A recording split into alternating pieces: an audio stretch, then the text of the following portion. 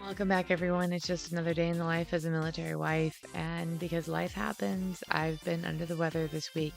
I was able to get the interview with my wonderful guest, Shiloah Baker, recorded, and then promptly became ill and was unable to finish the episode. So this is getting out to you a little later than normal. Thank you for your understanding. As always, I'm your host, Sam Wolf, and you're listening to Life of a Military Wife.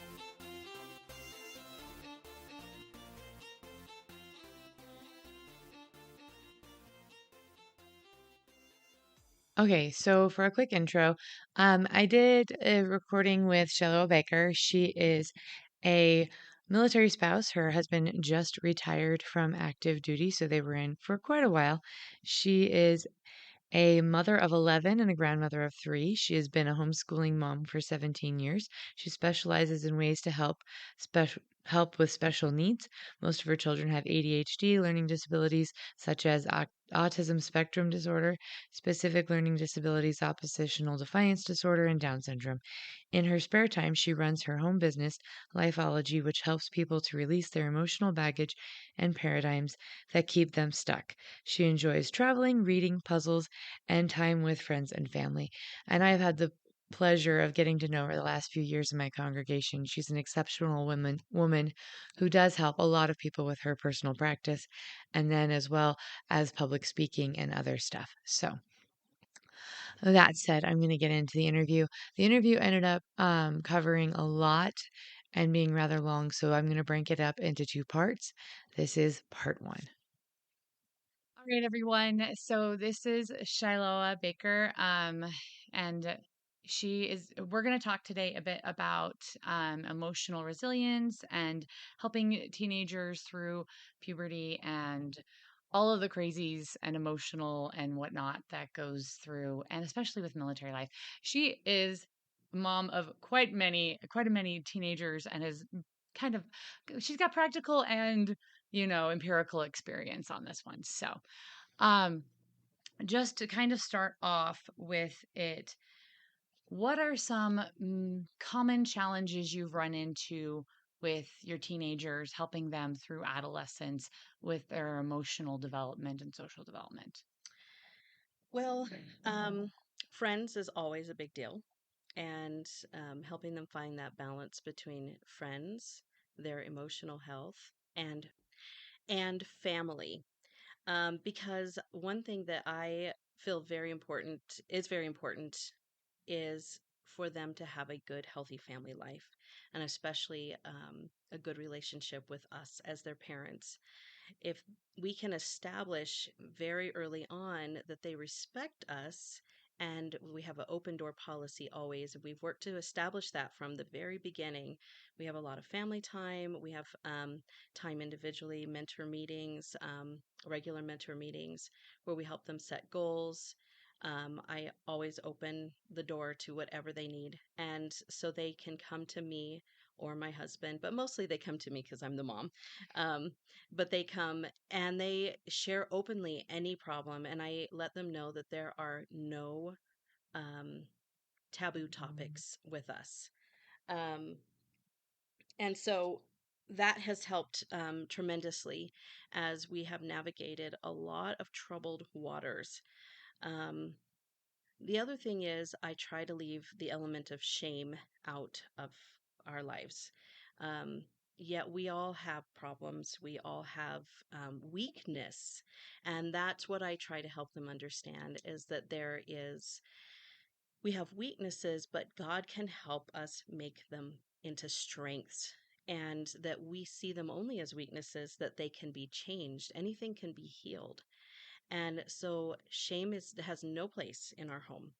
um, they already feel it automatically. We all automatically go into a place where we feel guilt if we do something wrong. And sometimes, depending on cultural programming or generational programming, there might be a shame surrounding whatever it is they've done wrong. But we try to address that without the shame. When that element is out of our lives, then they feel so much more at ease talking to us about everything. Um, So, what do those mentor meetings look like? Can you give a basic idea? yeah. So often we'll ask them to bring a journal and we'll have a notebook as well. And we used to go over the strength of youth for the strength of youth and just kind of talk about each thing. And then they got it all memorized. And probably need to start this with number Evelyn is number 9. So we need to start this with her, but everybody else and up has had it. We would go over the for the strength of youth. Then we would start goal setting. We would have like a in the future goal 1. So we would make it really simple. In a year, what do you want to see in your life? If there's we ask them, is there something you want to change about yourself or that you would like to add into your life? Would you like to see something more of? And that's where they'll often open up the door like, Mom, I don't feel like I've had enough time with friends. And then I say, okay, well, let's fix that. All right, so do you want to plan a party? Do you want to do, I don't know, bowling? Do you want to have them just come over or something? And we'll brainstorm a few ideas. But this is where they can learn to open that door of communication because sometimes feelings just are there. They only know that they feel yuck or sad or frustrated, but this helps them to really identify what is it I'm feeling. I don't feel like I have enough friendship time, or I don't feel like, whatever, that I need more of this, or Mom, you haven't been listening to me as much. And then I say, okay, let's plan more times to talk, or let's do a my daughter Courtney, who is 9, she came up to me recently and she's like, Mom, I just haven't spent enough time with you. So I said, all right, Courtney, we're going to plan a mother daughter date. And so we did.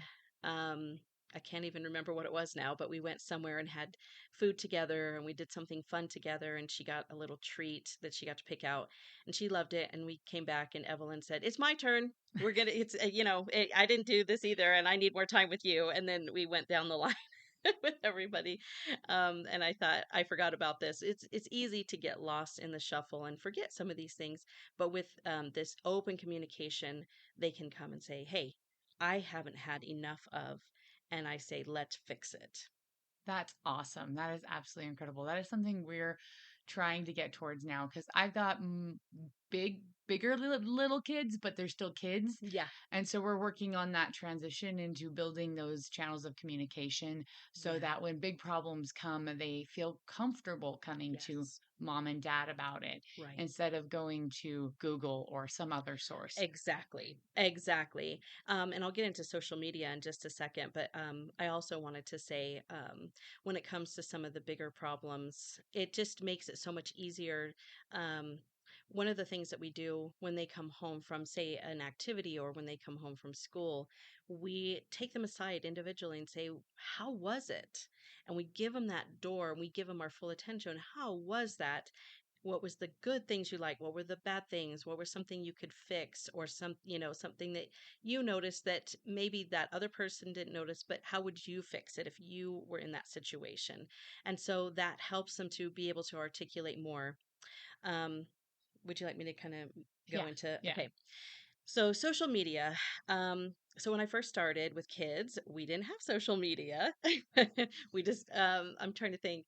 My first cell phone was like a dinosaur brick, and I was pregnant with my second one at the time. Excuse me. And so when Facebook came along, gosh, my oldest daughter was well into young women's. And so of course that was not even a thing. No, none of the young women were even on social media at that point, but I made some decisions very early on because I could see where the dangers would be with social media. And so when we make a big decision like this, we like to bring the whole family in. And we like them to all agree, or if they don't agree, that they can explain why they don't agree, and then we can work through it. Because if it becomes just a dictatorship, we find that there's just too much resistance.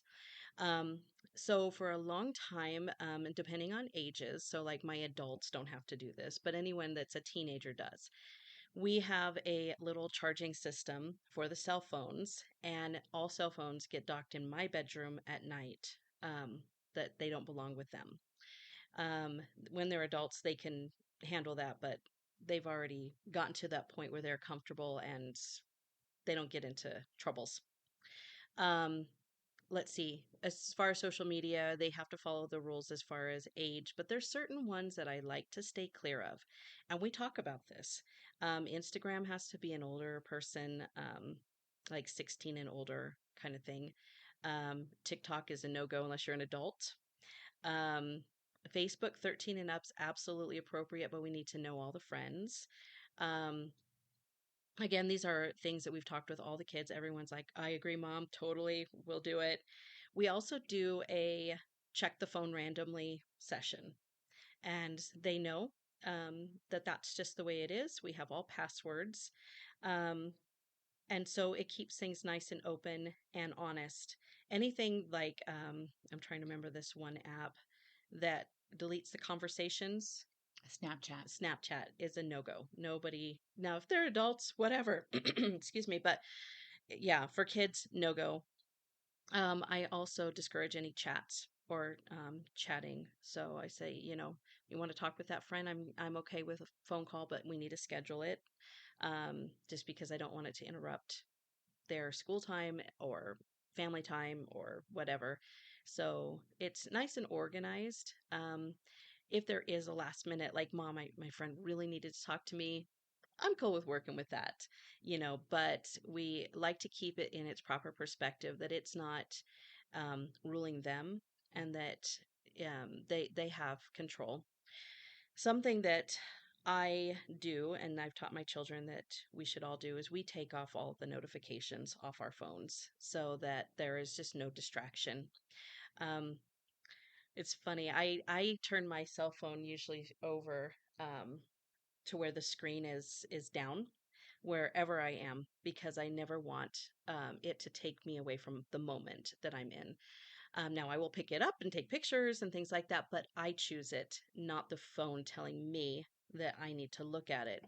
And I didn't realize that my littles noticed this until the other day when I was with Nicolette. We were snuggling, and I had inadvertently placed the phone upright, and she took it and she said, "No, mommy," and turned it face side down. It just really tickled me. Um, but that is something that I remind my children often. You are the master of the social media, and you are the master of your phone, and do not ever allow it to become your master. Now, it's backfiring a little bit on me with my adults because they don't have the ringers on and they're like take forever to respond sometimes. And they're like, but mom, remember, I'm not the master of the phone, or I am the master and nobody else is the master of me. I'm like, I know, but just check in every now and then. If you see like 5 texts from your mom, just respond. Yeah, but at least they've internalized They that have. concept, and that's amazing. Yeah. Yeah, they definitely have. Yeah, because we're slowly working on that with ours.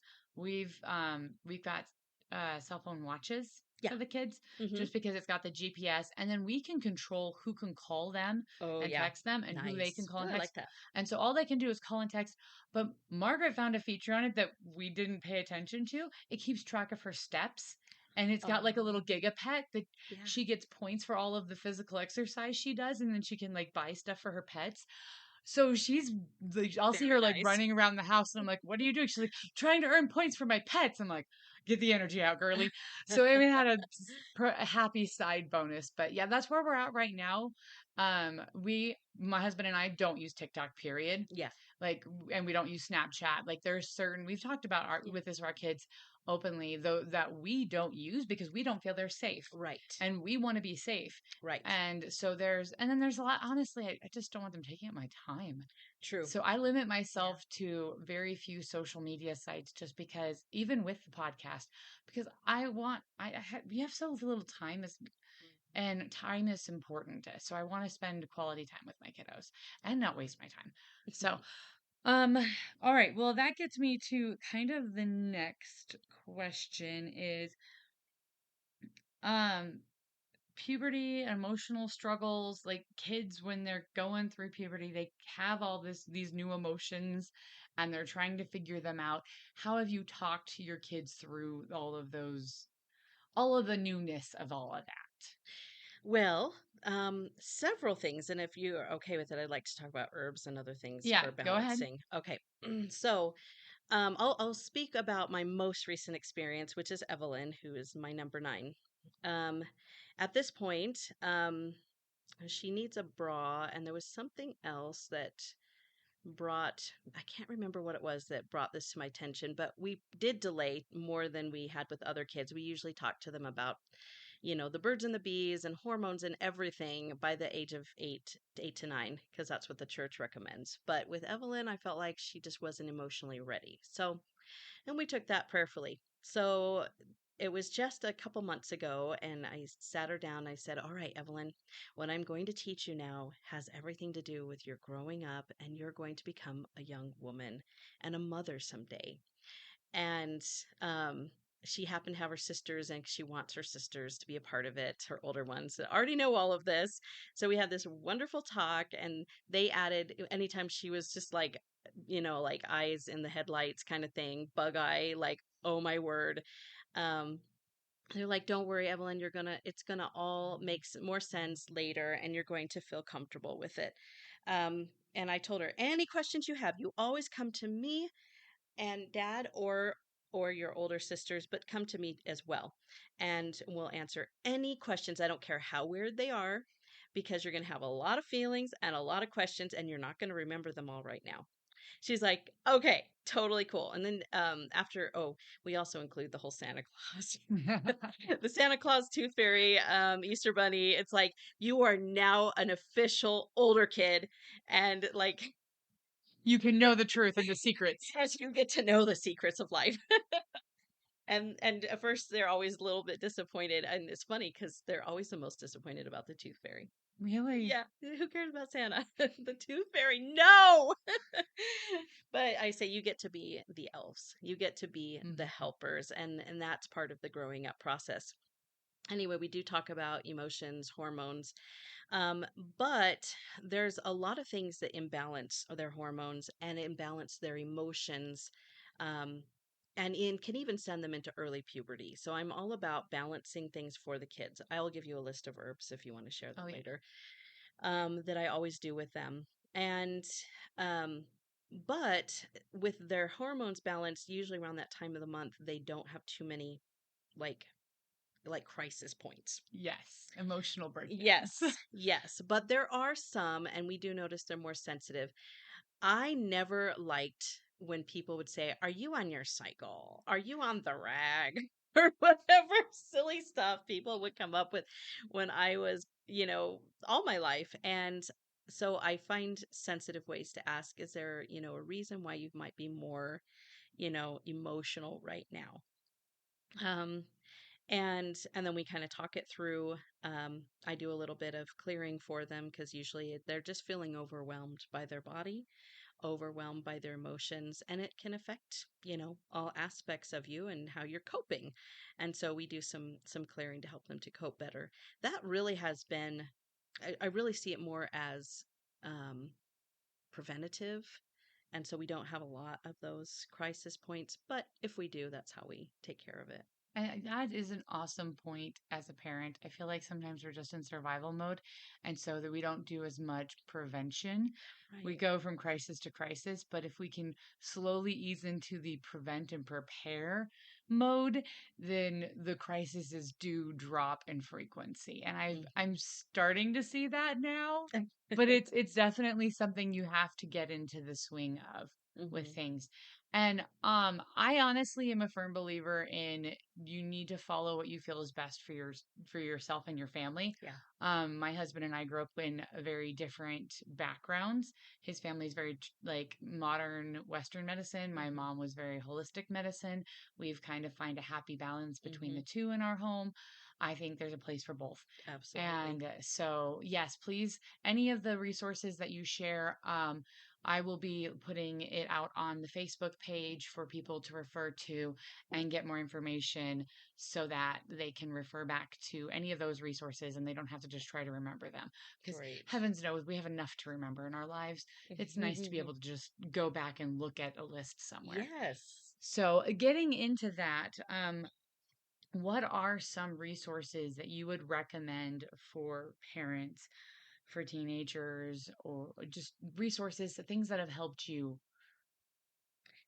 Um, okay, so the first two books I'm thinking of that I would really like to recommend, Girls on the Edge and Boys Adrift. They're both written by Dr. Leonard Sachs, and he really talks about a lot of the medical, the biological differences between boys and girls, and how in our day and age, how it affects them by gender. So boys are drifting away from responsibility, from their families, from, you know, um, work. And he talks about what some of these things are that lead these boys to giving up. And he also gets into the hormone thing as well. And but then girls, on the edge, it's that, and peers can really tear girls down because we are community driven people. And so we're also very sensitive to things that people say to us, and depending on our programming, we can make it truth, absolute truth. um, I start very young with my littles. Like I tell them, don't let anyone blow out your candle. And so they come home, and I got that one from Brene Brown. I love Brene Brown. Like Courtney will come home. She's such a drama queen, and she is so about her girlfriends, but they have a lot of, problems. And I remind her, you don't blow out anyone else's candle, and don't let anyone blow out yours. Remember, those are just their opinions, and they're entitled to their opinions. That doesn't make them true about you. So we talk about that, we break it down. Don't internalize it, don't make it personal, shrug it off. They must be having a bad day. Don't make it personal. And I help them to understand that. But so often, girls, we make it personal and we take offense, we get hurt. Bullying can happen even with girls. So he brings a lot of that to the forefront and kind of explains each thing. Um, Between Two Minds is written by um, a sister in the church. I can't remember what her credentials are, but I think she's a psychologist. She talks, she breaks down what is anxiety, what is depression, and then she gives resources on how to help each person, and ways to think differently, a little bit of cognitive behavioral therapy with it. If your kid needs help, we have a lot of special needs. I have children with anxiety disorders. I have three with autism. Almost everybody has ADHD. That's a common one It is, nowadays. and this is why I say it's common, and this is what my belief is spiritually.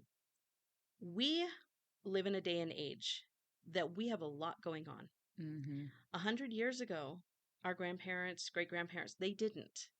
We have to have the brains that can handle it. Yes. And I feel, and this is also my just conjunction because I've got family members and kids with ADHD.